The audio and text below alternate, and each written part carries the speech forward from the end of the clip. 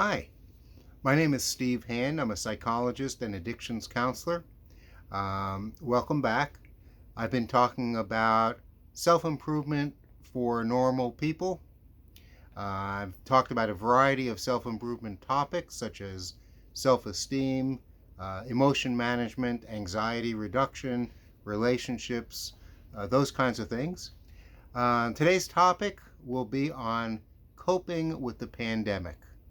And I know it's been around now for a couple of years and we're kind of getting out of it. So my timing's not that great. But, I'm a person. I was coping with the pandemic too. And um, I'm not that technologically savvy. So forgive me for being 2 years too late. But hey, we might have more pandemics in the future. Who knows? Hopefully not. But we have things in life to cope uh, with, so we're going to talk about coping skills. That's the broader topic. But even though the topic is coping with the pandemic, we'll also talk about coping in general and coping with disease and health concerns. So I'm making all these videos short, to the point. I know I'm oversimplifying, but that's okay. We have short attention spans.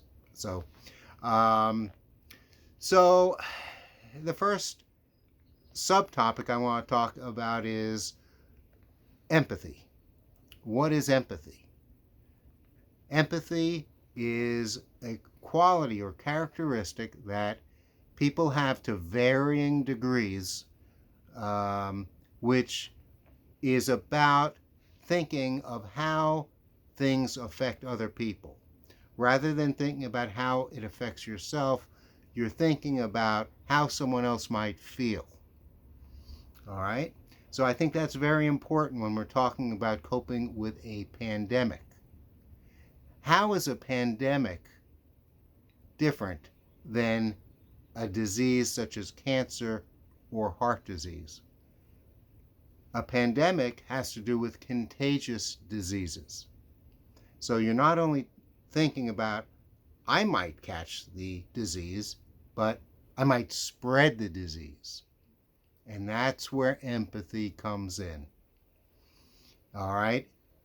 Particularly with the information we got during the pandemic about how older people, more susceptible people, are more likely to get seriously sick with COVID or even die from COVID.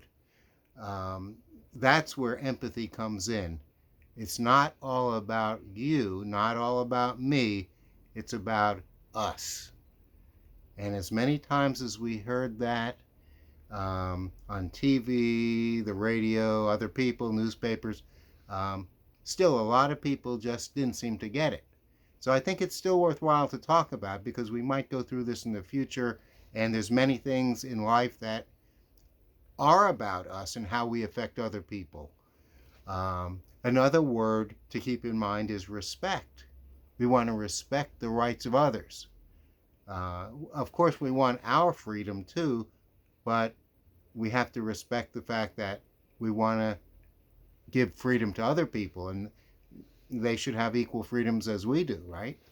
So I think that's been an important thing, especially in families. This has been a big issue in families and friendships and groups, not only in public, in terms of respecting social distancing, whether to wear a mask or not wear a mask, whether to even have an event.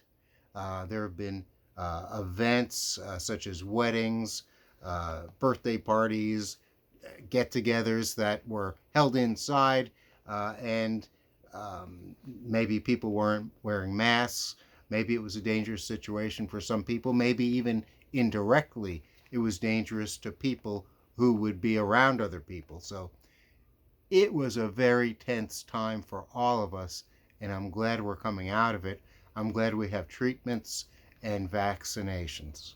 So, now it's a little bit different than it was, but I think, again, we can learn from it. Very important point is how we get information, how we get accurate information about the seriousness of COVID-19. So let me ask you this.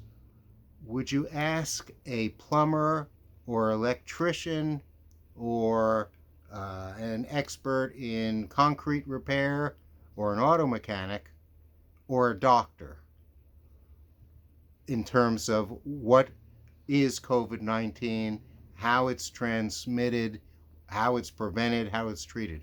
Who would you ask? Of course, I'm being ridiculous here.